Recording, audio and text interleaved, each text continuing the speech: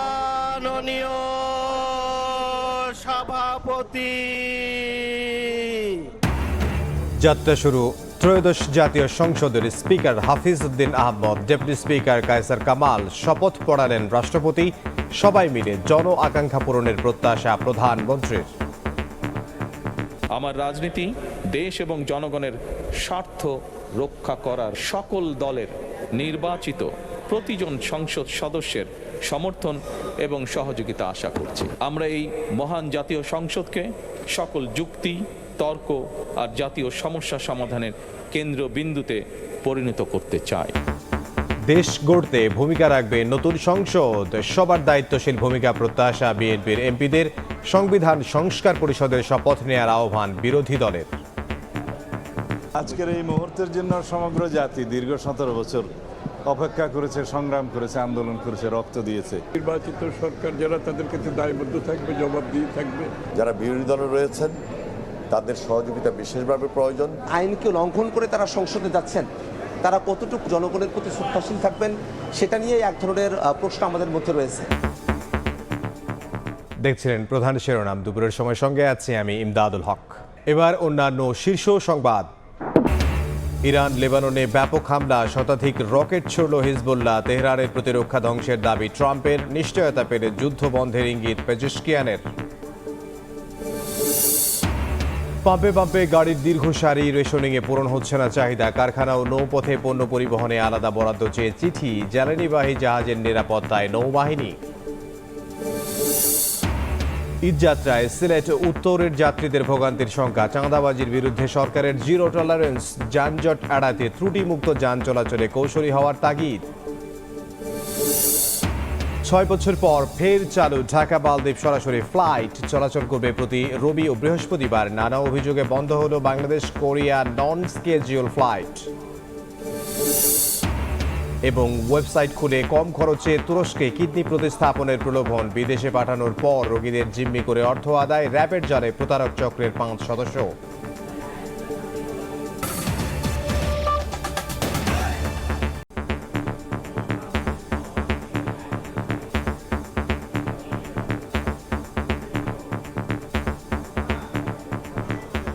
যাত্রা শুরু হলো ত্রয়োদশ জাতীয় সংসদের। স্পিকার নির্বাচিত হলেন মেজর অবসরপ্রাপ্ত Hafiz Uddin Ahmed, deputy speaker barrister Kaiser Kamal. নতুন সংসদের সভাপতিত্ব করেন খন্দকার মোশাররফ হোসেন।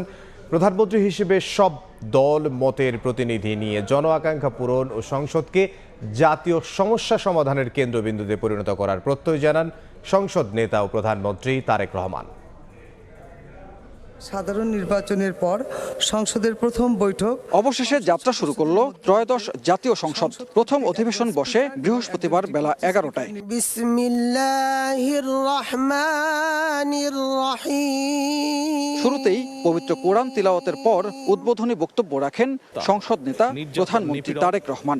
জাতীয় সংসদে দলের প্রতিনিধিত্ব করলেও প্রধানমন্ত্রী হিসাবে আমি এই জাতীয় সংসদে দেশের প্রতিনিধিত্ব করছি। দল, মত, ধর্ম, বর্ণ নির্বিশেষে দেশের জনগণের প্রতিনিধিত্ব করছি। আমার রাজনীতি দেশ এবং জনগণের স্বার্থ রক্ষা করার রাজনীতি। এই মহান জাতীয় সংসদে সকল দলের নির্বাচিত প্রতিজন সংসদ সদস্যের সমর্থন এবং সহযোগিতা আশা করছি। আমাদের দল কিংবা মত কিংবা কর্মসূচি ভিন্ন হতে পারে, কিন্তু তাবেদার মুক্ত, ফ্যাসিবাদ মুক্ত একটি স্বাধীন, সার্বভৌম, নিরাপদ, স্বনির্ভর বাংলাদেশ প্রতিষ্ঠায় আমাদের মধ্যে কোনো বিরোধ থাকতে পারে না। বিরোধ নেই। জাতীয় সংসদকে জাতীয় কর্মকাণ্ডের কেন্দ্রবিন্দু না করে বিতাড়িত ফ্যাসিস্ট সরকার জাতীয় সংসদকে অকার্যকর করে ফেলেছিল। আমরা এই মহান জাতীয় সংসদকে সকল যুক্তি, তর্ক আর জাতীয় সমস্যা সমাধানের কেন্দ্রবিন্দুতে পরিণত করতে চাই। দীর্ঘ 1.5 দশকের ফ্যাসিবাদী এবং তাবেদারি শাসন শোষণের পর জনগণের ভোটে নির্বাচিত প্রতিনিধিদের নিয়ে আজ আমাদের এক বিশেষ পরিস্থিতিতে জাতীয় সংসদের কার্যক্রম শুরু হতে যাচ্ছে। প্রায় 10 মিনিটের বক্তব্যে প্রধানমন্ত্রী বিগত 1.5 দশকের রাজনৈতিক অচলায়তন, বর্তমান প্রেক্ষাপট ও ভবিষ্যতের দিক নির্দেশনা তুলে ধরেন। বলেন, প্রধানমন্ত্রী হিসেবে দেশ, জনগণ ও সব দলমতের প্রতিনিধিত্বের মাধ্যমে জাতীয় সংসদকে জাতীয় সমস্যা সমাধানের কেন্দ্রবিন্দুতে পরিণত করা হবে। দেশে আজ থেকে আবারও সেই কাঙ্ক্ষিত গত সংসদের স্পিকার ও ডেপুটি স্পিকার না থাকায় 1973 সালের দৃষ্টান্ত টেনে চলতি সংসদের সভাপতিত্বের জন্য ডক্টর খন্দকার মোশাররফ হোসেনের নাম প্রস্তাব করেন প্রধানমন্ত্রী। দীর্ঘ 1.5 যুগে এ প্রস্তাবে সমর্থন দেন সংসদের বিরোধী দলীয় উপনেতা। অধিবেশনে স্পিকার পদের জন্য সংসদ সদস্য মেজর অবসরপ্রাপ্ত হাফিজউদ্দিন আহমদ বীর বিক্রমের নাম প্রস্তাব করেন সরকার দলীয় চিফ হুইপ নুরুল ইসলাম মনি।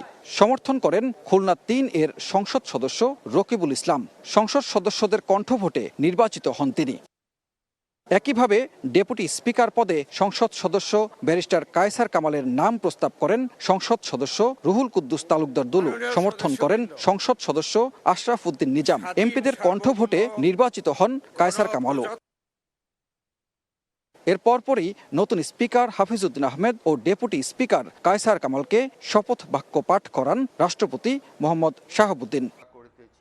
এদিকে মন্ত্রী হিসাবে টাঙ্গাইল 8 আসনের এমপি আহমেদ আজম খানকে শপথ পড়ান রাষ্ট্রপতি। দীর্ঘ পথ পরিক্রমার পর গণঅভ্যুত্থানের পাটাতনে দাঁড়িয়ে গণতন্ত্রের পথে যাত্রা শুরু করল ত্রয়োদশ সংসদ। এই সংসদ হয়ে উঠবে প্রাণবন্ত, সবার প্রত্যাশা, জনগণের আশা আকাঙ্ক্ষা বাস্তবায়নের বাস্তব ভিত্তিক প্রতিফলন ঘটবে এই সংসদের মাধ্যমে। সংকট সমাধানের বাতিঘর হয়ে থাকবে এই সংসদের কার্যক্রম। সানবীর রূপল, সময় সংবাদ, ঢাকা। ত্রয়োদশ জাতীয় সংসদের প্রথম অধিবেশন এখনো চলছে, আমরা সরাসরি যাচ্ছি সেখানে।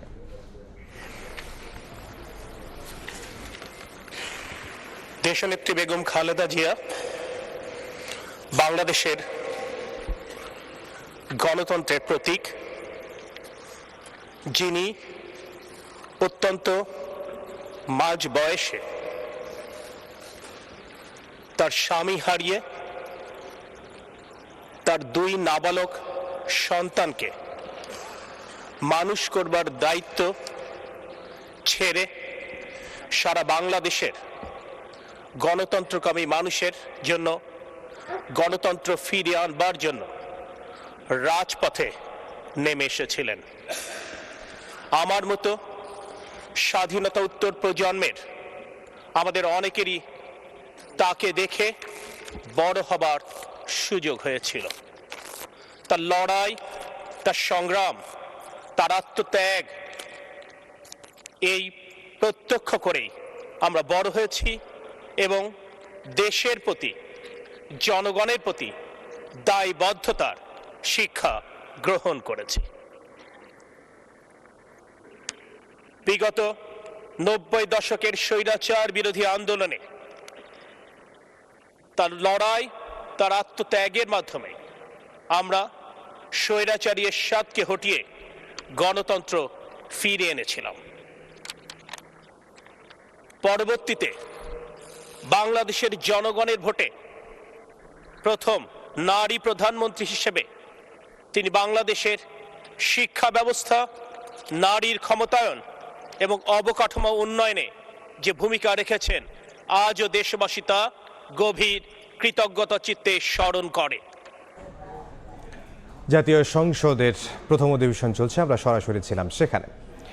জনগণকে দেয়া প্রতিশ্রুতি বাস্তবায়নে কাজ করবে নতুন সংসদ। জন আকাঙ্ক্ষা পূরণের অঙ্গীকার সরকার দলীয় সংসদ সদস্যদের। আর বিএনপির এমপিদের সংবিধান সংস্কারের শপথ নেয়ার আহ্বান বিরোধী দলের। একই সঙ্গে রাষ্ট্রপতি ভাষণ দেওয়ার সিদ্ধান্তের সমালোচনা করেন তারা। হাসান ওয়ালি জানাচ্ছেন বিস্তারিত। ত্রয়োদশ জাতীয় সংসদের প্রথম অধিবেশনে যোগ দিতে সকালে সংসদ ভবনে আসেন প্রধানমন্ত্রী তারেক রহমান, বিরোধী দলীয় নেতা ডাক্তার শফিকুর রহমান সহ নবনির্বাচিত এমপিরা। অধিবেশনে যোগ দেওয়ার আগে জন আকাঙ্ক্ষা পূরণের অঙ্গীকার ব্যক্ত করেন সরকার দলীয় সংসদ সদস্যরা। বলেন, জনগণকে দেয়া প্রতিশ্রুতি বাস্তবায়নে কাজ করবে নতুন সংসদ। এই সংসদ জনপ্রত্যাশার, জন আকাঙ্ক্ষার এবং শহীদের আকাঙ্ক্ষা পূরণের জন্য আজকে এই গণতান্ত্রিক উত্তরণের প্রথম দিন থেকে কাজ করবে। অনেক প্রত্যাশা জাতি, একটি নির্বাচিত সংসদ, একটি নির্বাচিত সরকার, যারা তাদের কাছে দায়বদ্ধ থাকবে, জবাবদিহি থাকবে, এবং এই জবাবদিহিতার জায়গাটাই কিন্তু সংসদ। যারা বিরোধী দলে রয়েছেন তাদের সহযোগিতা বিশেষভাবে প্রয়োজন, কারণ এই বাংলাদেশটাকে আমাদের নতুনভাবে চিন্তা করতে হবে, নতুনভাবে গড়তে হবে। অন্যদিকে বিএনপির এমপিদের সংবিধান সংস্কার পরিষদের শপথ নেওয়ার আহ্বান জানান বিরোধী দলের সংসদ সদস্যরা। একই সঙ্গে রাষ্ট্রপতির ভাষণ দেওয়ার সিদ্ধান্তের সমালোচনা করেন তারা। রাষ্ট্রপতি তো তার শপথ ভঙ্গ করেছে এবং সে তো ফেসিস্ট অ্যানাবেলার, এবং এই কিলিং প্রসেসটাকে সে সহযোগিতা করেছে জুলাইয়ের। তো সেই জায়গা থেকে তার মোরাল তো কোনো গ্রাউন্ড নাই আজকে জুলাইয়ের মধ্য দিয়ে অর্জিত এই পার্লামেন্টে এসে ভাষণ দেওয়ার। বিএনপির এমপিরা আছেন, তাদের কাছে আমরা প্রত্যাশা রাখবো জনগণ যে গণভোটে রায় দিয়েছে সে রায়ের প্রতি সম্মান দেখিয়ে তারা আজকেই সংবিধান সংস্কার পরিষদের সদস্য হিসেবে শপথ গ্রহণ করবেন। জুলাই সনদ বাস্তবায়নে যেন আমরা ভূমিকা রাখতে পারি এবং সেটার ভিত্তিতে আমাদের যে একটা নতুন মানবিক রাষ্ট্র বিনির্মাণ করার কথা বলা আছে, সেই নতুন মানবিক রাষ্ট্র আমরা বিনির্মাণ করতে ভূমিকা পালন করব। সংসদের প্রথম অধিবেশনে আমন্ত্রিত অতিথি হিসেবে যোগ দেন সাবেক অন্তর্বর্তী সরকারের প্রধান উপদেষ্টা ডক্টর মোহাম্মদ ইউনূস, প্রধানমন্ত্রীর সহধর্মিণী ডাক্তার জুবাইদা রহমান, কন্যা ব্যারিস্টার জাইমা রহমান সহ বিশিষ্ট জন ও বিদেশি কূটনীতিকরা। বহু বছর পর জনগণ নির্বাচিত প্রতিনিধিদের পদচারণে মুখরিত জাতীয় সংসদ ভবন। গণতান্ত্রিক বাংলাদেশের যে আকাঙ্ক্ষা তা কতটা পূরণ হবে নির্ভর করছে এই সংসদ সদস্যদের উপরে। এই সংসদ ভবনের কর্মকাণ্ড নির্ধারণ করবে আগামীর বাংলাদেশ কোন পথে হাঁটবে। হাসান ওয়ালি, সময় সংবাদ, জাতীয় সংসদ ভবন, ঢাকা। অধিবেশন চলাকালে জাতীয় সংসদের বাইরে 3 দাবিতে অবস্থান কর্মসূচি পালন করেছে জাতীয় নাগরিক পার্টি এনসিপি। সংবিধান সংস্কার পরিষদের শপথ গ্রহণ, রাষ্ট্রপতির অভিশংসন ও গণহত্যার বিচারের দাবি জানান তারা। দলের মুখপাত্র আসিফ মাহমুদ সজীব ভূঁইয়া বলেন, সংসদে বর্তমান রাষ্ট্রপতির ভাষণ জাতিকে 2 ভাগে বিভক্ত করবে।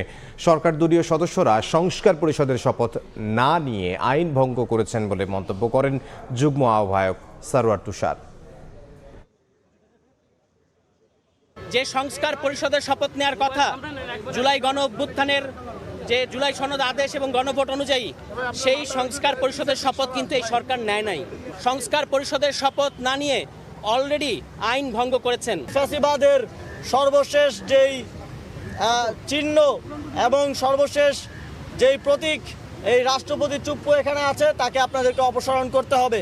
বাংলাদেশ আজকে 2টি ভাগে বিভক্ত হবে, একটি হচ্ছে ফ্যাসিবাদের পক্ষে, আরেকটি হচ্ছে ফ্যাসিবাদের বিপক্ষে। আমরা দেখতে চাই যারা ফ্যাসিবাদের বিপক্ষের শক্তি এই সংসদে আছেন তারা যেন এই রাষ্ট্রপতিকে বক্তব্য দেওয়ার সুযোগ না দেন। এবার মধ্যপ্রাচ্যের যুদ্ধ প্রসঙ্গ। ইরান ও লেবাননে ব্যাপক হামলা চালিয়েছে ইসরায়েল। জবাবে ইসরায়েলি ভূখণ্ডে শতাধিক রকেট ছুড়েছে হিজবুল্লাহ। হাইফা, পশ্চিম তীর ও জেরুজালেম লক্ষ্য করে IRGC ও ক্ষেপণাস্ত্র হামলা চালিয়েছে। ইসরায়েলে ক্ষয়ক্ষতির খবরও পাওয়া গেছে।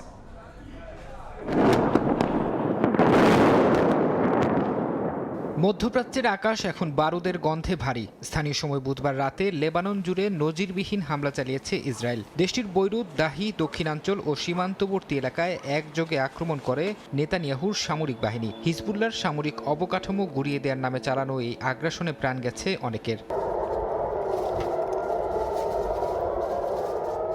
চুপ করে নেই হিজবুল্লাহ। ইরান সমর্থিত এই গোষ্ঠীটি উত্তর ইসরায়েলের হাইফা এবং কিরিয়াত শমনা লক্ষ্য করে মাত্র কয়েক মিনিটে ছুড়েছে শতাধিক রকেট। হিজবুল্লাহর এই আকস্মিক রকেট বৃষ্টিতে লণ্ডভণ্ড হয়ে গেছে ইসরায়েলের উত্তরাঞ্চলের একাধিক বসতি। ইরানেও হামলা অব্যাহত রেখেছে ইসরায়েল ও যুক্তরাষ্ট্র। দেশটির মারিভান শহরে ব্যাপক আক্রমণের খবর পাওয়া গেছে। হামলায় বেসামরিক স্থাপনা লক্ষ্যবস্তু করা হয়েছে বলে দাবি ইরানের। ইরানে মার্কিন ও ইসরায়েলি আগ্রাসনের জবাবে ওমানের সালালাহ বন্দরে ড্রোন হামলা চালিয়েছে IRGC। এর পরপরই জ্বালানি ট্যাঙ্কারে ভয়াবহ অগ্নিকাণ্ডের খবর পাওয়া গেছে। ইরাক উপকূলেও 2টি তেলবাহী ট্যাঙ্কারে হামলার ঘটনা ঘটেছে। জাহাজ দুটিতে ইরান হামলা চালিয়েছে বলে ধারণা করা হচ্ছে। ইরানের এমন অবস্থানের বিপরীতে কঠোর বার্তা দিয়েছেন মার্কিন president Donald Trump. Farhad Chowdhury, সময় সংবাদ। দীর্ঘ সময় অপেক্ষা করে জ্বালানি তেল নেয়া ভোগান্তি বাড়িয়েছে চালকদের। এই মুহূর্তে রাজধানীর আসাদ গেইটে আছেন সহকর্মী ফরহাদুর রহমান। সরাসরি যাব তার কাছে। ফরহাদ, রাজধানীতে বিভিন্ন পাম্পের সামনে প্রাইভেট কার, মোটরসাইকেল সহ বিভিন্ন ধরনের যানবাহনের এই যে পিছনের লম্বা সারি, সেটি কিন্তু এখনকার নিত্যদিনের ঘটনা। অর্থাৎ মানুষজন জ্বালানি তেলের জন্য দীর্ঘ সারিতে দীর্ঘ সময় অপেক্ষা করে তারা আসলে জ্বালানি তেল সংগ্রহ করছেন, এবং এইটি আসলে কবে নাগাদ স্বাভাবিক পরিস্থিতি ফিরবে সেটি কিন্তু এখন প্রত্যেকের প্রত্যাশা। কেননা এই যে গত 7 থেকে 10 দিন যাবৎ যে আসলে এই সংকট চলছে, সেটি কিন্তু এখনো অব্যাহত রয়েছে। আমরা আসাদগির এলাকায় আছি, এই জায়গায় দুটি পাম্প, একটি পাম্প ইতিমধ্যে আজকে দিনের মতো তাদের যা মজুদ ছিল, অর্থাৎ তারা যা সংগ্রহ করেছিলেন তা শেষ করে ফেলেছেন। তার বিপরীত পাশে যে পাম্পটি আছে সেটির এখনো আসলে সরবরাহ চলছে, বিক্রি চলছে, তবে সেটিও যে কোনো সময় শেষ হয়ে যেতে পারে বলে পাম্প কর্তৃপক্ষ জানিয়েছেন। এখন এই মুহূর্তে যেটি আসলে সরকারি নির্দেশনা, 5 লিটার করে মোটরসাইকেল চালকরা আসলে তেল নিতে পারছেন, পাশাপাশি 10 লিটার করে পাচ্ছেন প্রাইভেট কার, এবং আরও যা পরিবহন আছে তাদের ক্ষেত্রে নির্ধারিত পরিমাপ অনুযায়ী তারা তেল পাচ্ছেন। যেটি আসলে বলা চলে এই যে তেলের সংকট, সেটির ক্ষেত্রে কিন্তু পাম্প ওনার্স অ্যাসোসিয়েশন একটি কথা বলেছে। তারা যেটি জানিয়েছে যে তারা আসলে দেশে পর্যাপ্ত মজুদ থাকা সত্ত্বেও, সরবরাহ থাকা সত্ত্বেও পাম্পগুলোতে, ডিপোগুলোতে রেশনিং অবস্থায় তেল দেওয়ার কারণে এই সংকট আরও ঘনীভূত হচ্ছে। সেজন্য তারা পেট্রোলিয়াম কর্পোরেশনকে দায়ী করেছেন। তো এটি আসলে সহসায় শেষ হবে সে প্রত্যাশা চালকদের, তবে এইটির জন্য নিয়ম নীতি, রেশনিংগুলো ঠিকঠাক করার প্রয়োজন আছে বলে মনে করছেন পাম্প ওনার্স অ্যাসোসিয়েশন। তো এই সংকটের, জ্বালানি সংকটের আসাদগেট থেকে আমার কাছে এই ছিল এখনকার মতো সবশেষ খবর। ফরহাদুর রহমান, আসাদ গেট থেকে। গভীর সমুদ্রে জ্বালানিবাহী জাহাজের নিরাপত্তা দিচ্ছে নৌবাহিনী। চট্টগ্রাম বন্দরে খালাস কার্যক্রম নির্বিঘ্ন রাখতে একাধিক মেটাল শার্ক নিয়ে 14টি জাহাজের কাছাকাছি অবস্থান নেয় বাহিনীর সদস্যরা। নজরদারি করা হচ্ছে হেলিকপ্টার দিয়েও। কমল জানাচ্ছেন বিস্তারিত।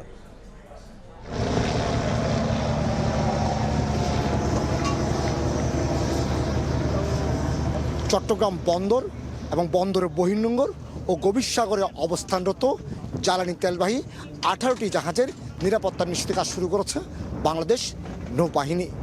বৃহস্পতিবার ভোর থেকে শুরু হয় জোরদার টহল কার্যক্রম। দ্রুতগতির মেটাল শার্ক এবং যুদ্ধজাহাজ নিয়ে পূর্ব বঙ্গোপসাগরে চষে বেড়াচ্ছে বাংলাদেশ নৌবাহিনী।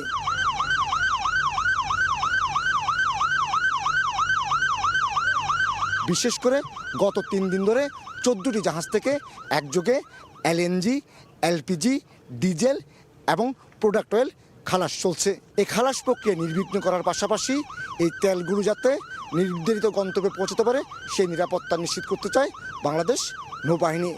সে লক্ষ্যে কাজ শুরু হয়েছে তাদের। আমাদের বাংলাদেশ নৌবাহিনীর যুদ্ধজাহাজ ও দ্রুতগামী বোট মোতায়েনের পাশাপাশি মেরিটাইম পেট্রোল এয়ারক্রাফট ও হেলিকপ্টারের মাধ্যমে নজরদারি কার্যক্রম চলমান রয়েছে। চট্টগ্রাম বন্দরের তথ্য অনুযায়ী LNG-বাহী 5টি, LPG-বাহী 2টি, ডিজেলবাহী 2টি এবং প্রোডাক্ট অয়েল সহ গ্যাস সহ অন্যান্য ধরনের জাহাজ রয়েছে অন্তত 14টি, এবং আগামী 1 সপ্তাহের মধ্যে আরও অন্তত ডিজেলবাহী 4টি জাহাজ সহ 10টি জাহাজ প্রবেশ করবে চট্টগ্রাম বন্দরের জলসীমায়। গভীর সাগর থেকে কমল দে, সময় সংবাদ। আপিল বিভাগের আদেশে চট্টগ্রাম বন্দরের নিউ মরিন কন্টেইনার টার্মিনাল পরিচালনায় বন্দর কর্তৃপক্ষের বিদেশি কোম্পানির সঙ্গে চুক্তিতে কোনো বাধা থাকলো না। বৃহস্পতিবার প্রধান বিচারপতির নেতৃত্বাধীন আপিল বিভাগে আদেশ দেন। গত 29 জানুয়ারি নিউ মরিন কন্টেইনার টার্মিনাল পরিচালনায় বিদেশি কোম্পানির সঙ্গে চুক্তির চলমান প্রক্রিয়ার বৈধতা প্রশ্নে জারি করা রুল খারিজ করে দেন হাইকোর্ট। পরে এই রায়ের বিরুদ্ধে সুপ্রিম কোর্টের আপিল বিভাগে আপিল করা হয়। আপিলের শুনানিতে রাষ্ট্রপক্ষ বলেন, চুক্তির সময় আইনগত সকল প্রক্রিয়া পূরণ করেছে অন্তর্বর্তী সরকার। বন্দরে পণ্য আমদানিকে কেন্দ্র করে যে সিন্ডিকেট গড়ে উঠেছে তা বহাল রাখার জন্য নিউ মরিন কন্টেইনার চুক্তি নিয়ে বারবার প্রশ্ন তুলছে একটি পক্ষ।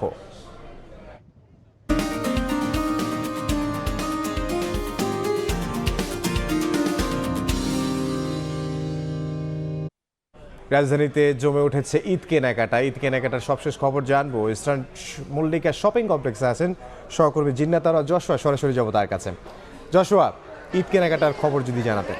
আজ সপ্তাহের শেষ কার্যদিবসে এসে একদম জমজমাট হয়ে উঠেছে রাজধানীর ঈদ কেনাকাটা। নগরবাসী একদম রমজানের শেষ কেনাকাটা করছেন। এখনো দেখা যাচ্ছে যে পোশাকের দোকানগুলোতে কিন্তু উপচে পড়া ভিড় রয়েছে, কারণ কর্মব্যস্ততার কারণে রমজানের শুরু থেকে যারা কেনাকাটা করতে পারেননি তারা পরিবার বন্ধু বান্ধব নিয়ে আসছেন বিপণী বিতানগুলোতে, তাদের স্বাদ এবং সাধ্য অনুযায়ী শেষ মুহূর্তের কেনাকাটা তারা করছেন এবং উপচে পড়া ভিড় কিন্তু দুপুর থেকে লক্ষ্য করা যাচ্ছে রাজধানীর প্রায় সবগুলো বিপণী বিতানগুলোতে এবং বলা যায় এক ধরনের উৎসব মুখর পরিবেশ বিরাজ করছে বিপণী বিতানগুলোতে। আমাদেরকে ক্রেতা বিক্রেতারা যেমন বলছিলেন যে এবছর চাহিদা ক্রেতাদের বেশ ভালোই রয়েছে এবং এক্ষেত্রে দু ধরনের ক্রেতারা রয়েছেন। কেউ কেউ পছন্দ করছেন খুবই গর্জিয়াস ড্রেস, বিদেশি ড্রেস যেমন সাদাবাহার, সারারা, গারারা এই ধরনের পোশাক কেউ কেউ পছন্দ করছেন, আবার কেউ কেউ মাথায় রাখছেন আবহাওয়ার কথা এবং এই কারণে তারা দেশীয় ধাঁচের হালকা কাজের সুতি পোশাককেই প্রাধান্য দিচ্ছেন। অর্থাৎ দু ধরনের পোশাকই কিন্তু বাজারে বেশ ভালো আমাদেরকে জানাচ্ছিলেন বিক্রেতারা এবং ক্রেতারাও জানাচ্ছিলেন যে এখন একদম শেষ মুহূর্তের কেনাকাটা চলছেন। কেউ কেউ কর্মব্যস্ততার কারণে আজই তাদের কেনাকাটা শুরু করেছেন এবং কেউ কেউ শেষ মুহূর্তের কেনাকাটা করছেন, ব্যাচিং করে যে কেনাকাটা শেষ মুহূর্তের সেটি তারা ছাড়ছেন। এখন পর্যন্ত এই ছিল আমার কাছে রাজধানীবাসী ঈদ কেনাকাটার সবশেষ খবর। ঈদ কেনাকাটার খবর আমরা জানছিলাম সহকর্মী জিন্নাতারা যশোর, যোগ দিয়েছিলেন রাজধানীর এলিফ্যান্ট রোডের একটি শপিং মল থেকে। এবারও ঈদ যাত্রায় ঘরমুখী মানুষের চাপ পড়বে মহাসড়কে। চালকদের অভিযোগ, মহাসড়কে গাড়ি থামিয়ে চাঁদা আদায়, ফিটনেস ও ড্রাইভিং লাইসেন্স যাচাইয়ের নামে কাগজপত্র পরীক্ষা নিরীক্ষা যানজটের অন্যতম কারণ। চাঁদাবাজদের বিরুদ্ধে কঠোর হুঁশিয়ারির পাশাপাশি স্বস্তিদায়ক ঈদ যাত্রার আশ্বাস সড়ক পরিবহন মন্ত্রীর। সাইফুল রুদ্র রিপোর্ট। প্রতিবার ঈদে যাত্রী ও যানবাহনের চাপ কয়েক গুণ বেড়ে যাওয়ায় বিভিন্ন রুটে তৈরি হয় তীব্র যানজট।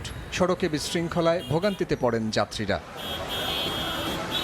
রাজধানী ছাড়ার পথে গাবতলী, টঙ্গী, সায়দাবাদ, যাত্রাবাড়ি ও কাঁচপুর এমনকি হানিফ ফ্লাইওভারে দীর্ঘ সময় আটকে থাকে দূরপাল্লার গাড়ি। চালকরা বলছেন চট্টগ্রাম, বরিশাল, যশোর, খুলনা ও বাগেরহাট রুটে যান চলাচল স্বাভাবিক থাকলেও এবার ভোগান্তিতে পড়তে পারেন সিলেট ও উত্তরের জনপদের যাত্রীরা।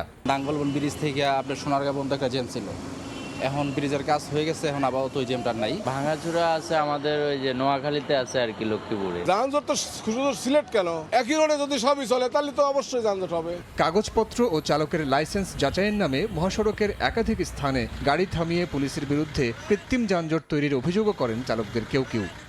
এলেঙ্গার সাইডে যাবেন, ওখানে ওই পজিশন, তারপরে যমুনা ব্রিজ পার হবেন, গোল চক্করে এখানে তো ওটা ক্লাব ঘর, অল টাইম আপনাকে সুযোগ পাবে গাড়ি ছাড়বে। এখন তো পুলিশের চাঁদাবাজিটা বাংলাদেশে বেশি হয়ে গেছে। যোগাযোগ বিশেষজ্ঞরা বলছেন সড়ক রক্ষণাবেক্ষণ, ত্রুটিমুক্ত যান চলাচলের পাশাপাশি সরকার কৌশলী হলে এবারও যানজট এড়ানো সম্ভব।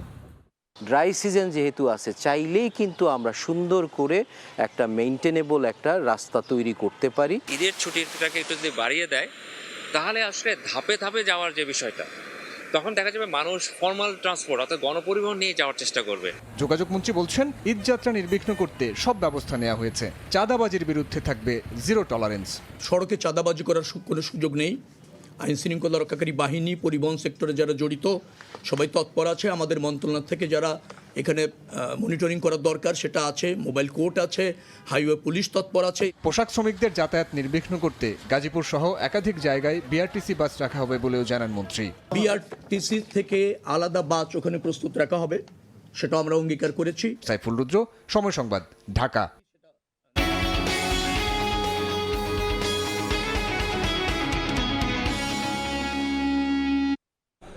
6 বছর পর পুনরায় মালে ঢাকা মালে ফ্লাইট চালু করলো মালদ্বীপিয়ান এয়ারলাইন্স। আপাতত সপ্তাহে 2টি ফ্লাইট পরিচালনা করবে সংস্থাটি। অন্যদিকে নানা অভিযোগ ওঠায় দক্ষিণ কোরিয়া রুটে যাত্রীবাহী চার্টার ফ্লাইট সাময়িক স্থগিত করেছে বেবিচক।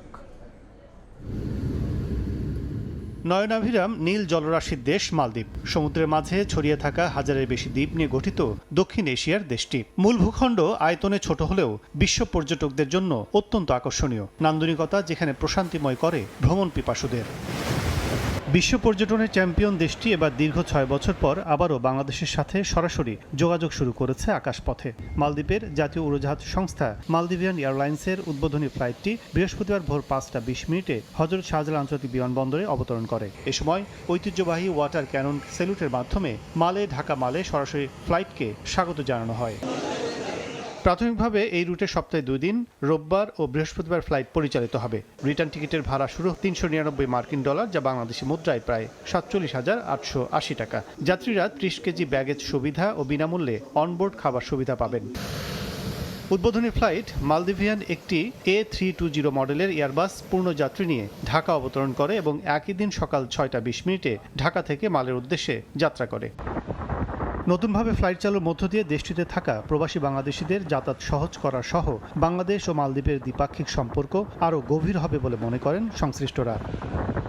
এদিকে টিকিট বিক্রি, অর্থ লেনদেনের স্বচ্ছতার অভাব এবং টাকা পাচারের অভিযোগ ওঠায় ঢাকা দক্ষিণ কোরিয়া রুটে পরিচালিত নন শিডিউল যাত্রীবাহী চার্টার্ড ফ্লাইট সাময়িকভাবে স্থগিত করেছে বাংলাদেশ বেসামরিক বিমান চলাচল কর্তৃপক্ষ বেবিচর।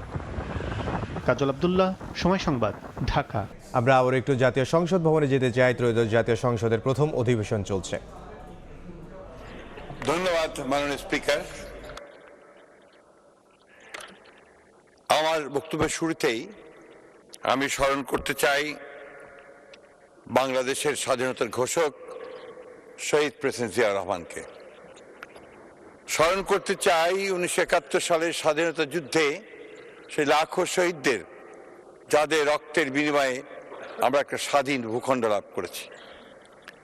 আমি স্মরণ করতে চাই একই সঙ্গে দীর্ঘ 18 বছর গণতান্ত্রিক সংগ্রাম করে যারা প্রাণ দিয়েছেন, আহত হয়েছেন এবং হারিয়ে গেছেন আমাদের সেই সব বীর সহকর্মীদের।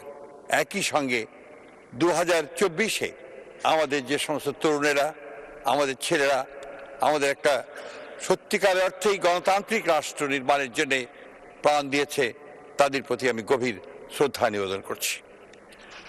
মাননীয় স্পিকার, দেশনেত্রী বেগম খালেদা জিয়া সম্পর্কে অল্প সময়ে কথা বলা অত্যন্ত কঠিন ব্যাপার।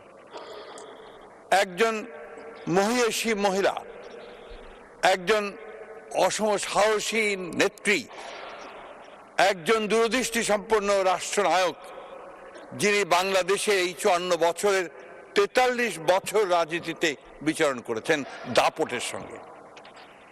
এই নেত্রী বাংলাদেশে তিনবার তিনি প্রধানমন্ত্রী নির্বাচিত হয়েছেন বিপুল ভোটে এবং সম্পূর্ণ একটি নিরপেক্ষ ভোটের মাধ্যমে। তিনি 2বার বিরোধী দলের নেত্রী নির্বাচিত হয়েছেন এবং প্রতিটি ক্ষেত্রেই তার যে মূল লক্ষ্য ছিল, সে লক্ষ্য ছিল বাংলাদেশে গণতন্ত্রকে প্রতিষ্ঠা করা। আমরা দেখেছি যে যখন তিনি সরকারে ছিলেন সেই সময় তিনি এমন কাজগুলো করেছেন, যেমন প্রেসিডেন্সিয়াল ফর্ম অফ গভর্নমেন্ট থেকে পার্লামেন্টারি ফর্ম অফ গভর্নমেন্টে নিয়ে আসা এবং অন্যান্য গণতন্ত্রের প্রতিষ্ঠানগুলোকে দাঁড় করানোর চেষ্টা করা, সংবাদপত্রের স্বাধীনতাকে নিশ্চিত করা। একই সঙ্গে রাষ্ট্রনায়ক হিসেবে তিনি বাংলাদেশের নারীদের উন্নয়নের ক্ষেত্রে একটা যুগান্তকারী ভূমিকা পালন করেছেন। তিনি মেয়েদের ক্লাস 10 পর্যন্ত লেখাপড়াকে অবৈতনিক করেছিলেন এবং মহিলাদের ক্ষমতায়নের জন্য তিনি অনেক কাজ করেছিলেন।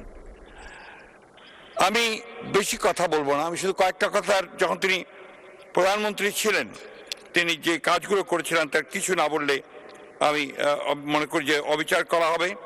তিনি প্রাথমিক শিক্ষাকে বাধ্যতামূলক করেছিলেন, যেটা একটা যুগান্তকারী পদক্ষেপ ছিল এডুকেশনের ক্ষেত্রে।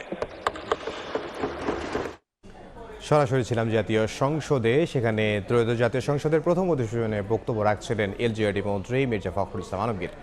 চ্যাম্পিয়ন্স লিগে ম্যানচেস্টার সিটিকে উড়িয়ে দিল রিয়াল মাদ্রিদ। ভালভার্দের হ্যাটট্রিকে সিটিজেনদের 3-0 গোলে হারালো লস ব্ল্যাঙ্কোস। সিটিজেনদের হতাশ করে প্রথম ইউরোগুয়ান হিসেবে রিয়াল জার্সিতে হ্যাটট্রিক করেছেন ফেদে ভালভার্দে। আর এই ম্যাজিকেই উড়ে গেছে ম্যানচেস্টার সিটি। 22 মিনিটের এক ঝড়ে লন্ডভন্ড সিটিজেন শিবির, কর্তোয়া, ভিনি এবং ডিয়াজের অ্যাসিস্টে 3 গোল করেছেন ভালভার্দে।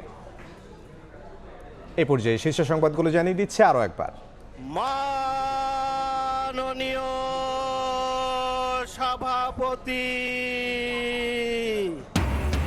যাত্রা শুরু ত্রয়োদশ জাতীয় সংসদের স্পিকার ও ডেপুটি স্পিকারকে শপথ পড়ালেন রাষ্ট্রপতি। জন আকাঙ্ক্ষা পূরণের প্রত্যয় প্রধানমন্ত্রীর, সহযোগিতার প্রতিশ্রুতি বিরোধী দলীয় নেতার। বেগম জিয়া, মনমোহন সিং, খামেনি সহ বিভিন্ন রাষ্ট্রনায়ক ও বিশিষ্টজনদের মৃত্যুতে শোক প্রস্তাব। দেশ গড়তে ভূমিকা রাখবে নতুন সংসদ, সবার দায়িত্বশীল ভূমিকার প্রত্যাশা। ইরান লেবাননে ব্যাপক হামলা, শতাধিক রকেট ছুড়ল হিজবুল্লাহ। তেহরানের প্রতিরক্ষা ধ্বংসের দাবি ট্রাম্পের, নিশ্চয়তা পেলে যুদ্ধ বন্ধের ইঙ্গিত পেজেশকিয়ানের।